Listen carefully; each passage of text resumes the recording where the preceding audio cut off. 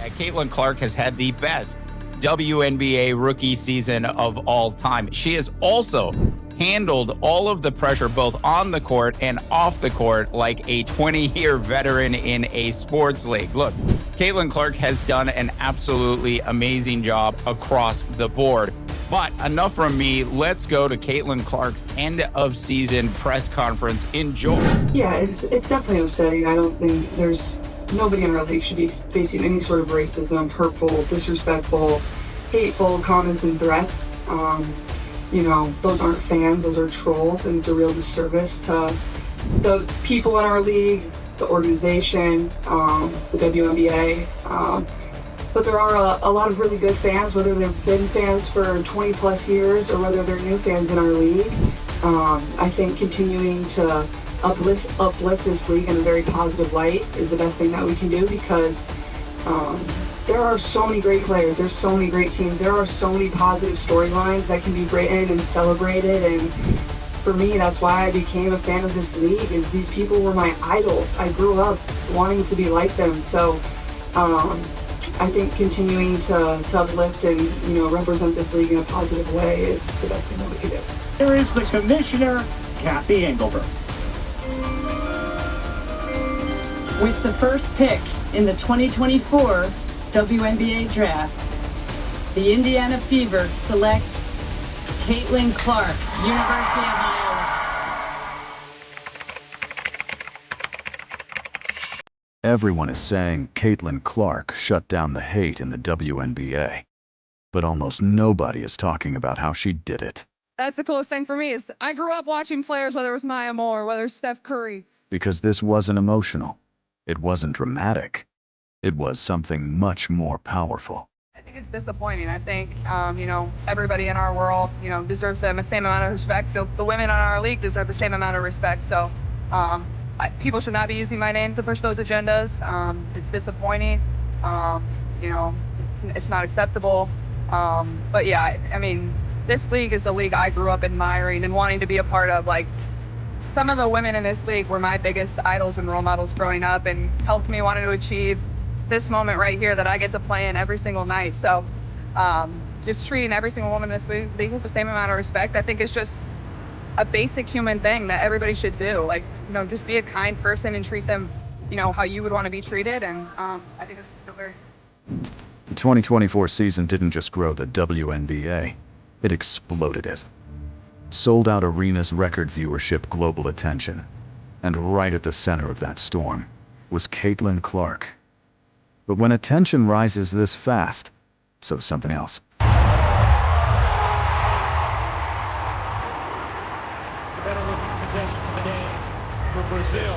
Here's Clark. Wow! From beyond the logo! And this is where things started to change. Because suddenly, Clark wasn't just a player anymore. She became a symbol. Used in debates. Used in comparisons. Used in arguments she never asked for.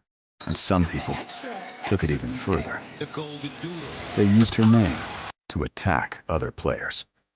I don't know if for sure we would have looked at the Indiana Fever on the defensive side of the ball the same way if Caitlin wasn't hurt. I hate the argument when they say, oh, this Indiana Fever team is better without Caitlin. Caitlin Clark's defense got significantly better this season. And we've also heard coaches talk about, Listen, Caitlin Clark is amazing. This is my opinion.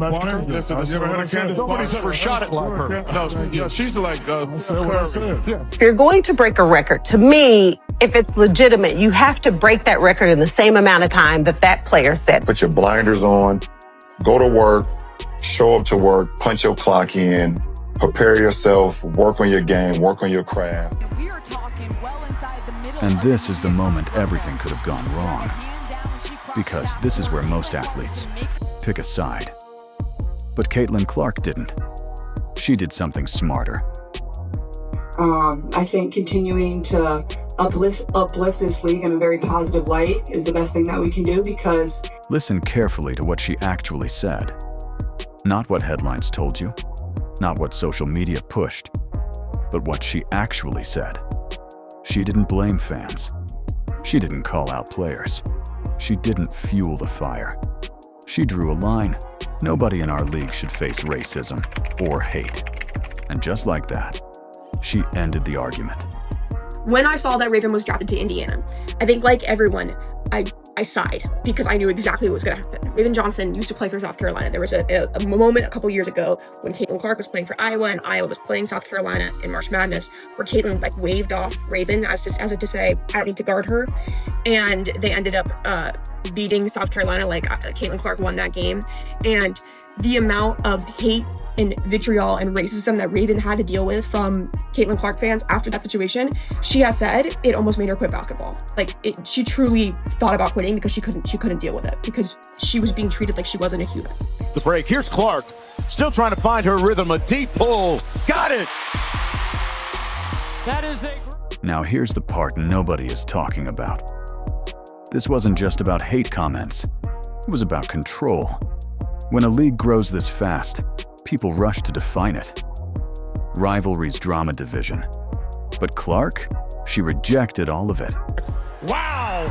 You've been from beyond the logo!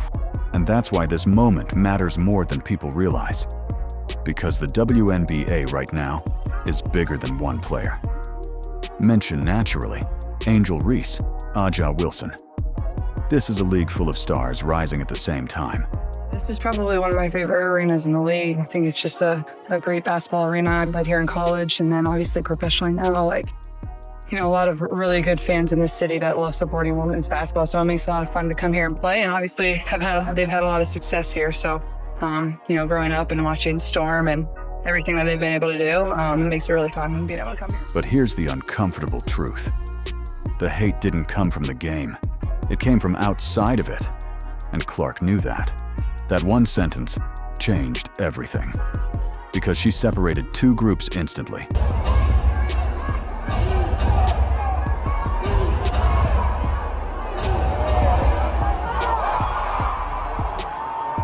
And that's leadership. Not loud, not emotional, not reactive, just clear. Caitlin Clark saying she wants to use her platform to elevate Black women in the WNBA have been instrumental, obviously, in building that league to what it is. Okay. 20 points, 8.4 assists, 6 rebounds. That's crazy. But 5.6 for a rookie. But to me, that's not dominating. Yeah. But she's not doing anything to hurt Cheryl Swoops. She admires Cheryl Swoops. And I would dare say you can't find a soundbite of Caitlin Clark saying anything derogatory about anybody. The WNBA is entering a new era. And moments like this, they decide what that era becomes.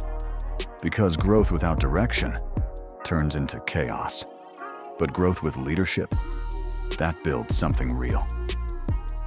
People should not be using my name to push those agendas. I don't think Angel should be criticized at all. You know, no matter which way it goes, you know, she should never be criticized for what she did.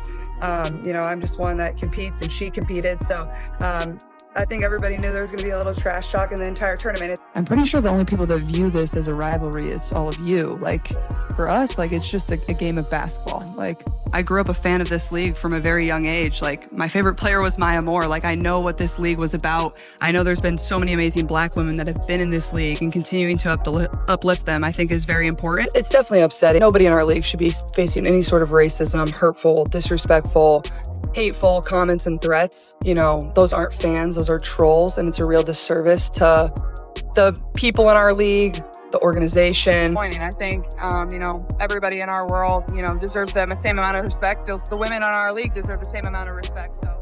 Caitlin Clark didn't just respond to hate. She redirected the entire conversation. And if people actually listen, they'll realize this was never about her. It was about protecting the future of the game. If you respect the game, not the noise, hit like. Subscribe to WNBA Shorts for real stories, not headlines.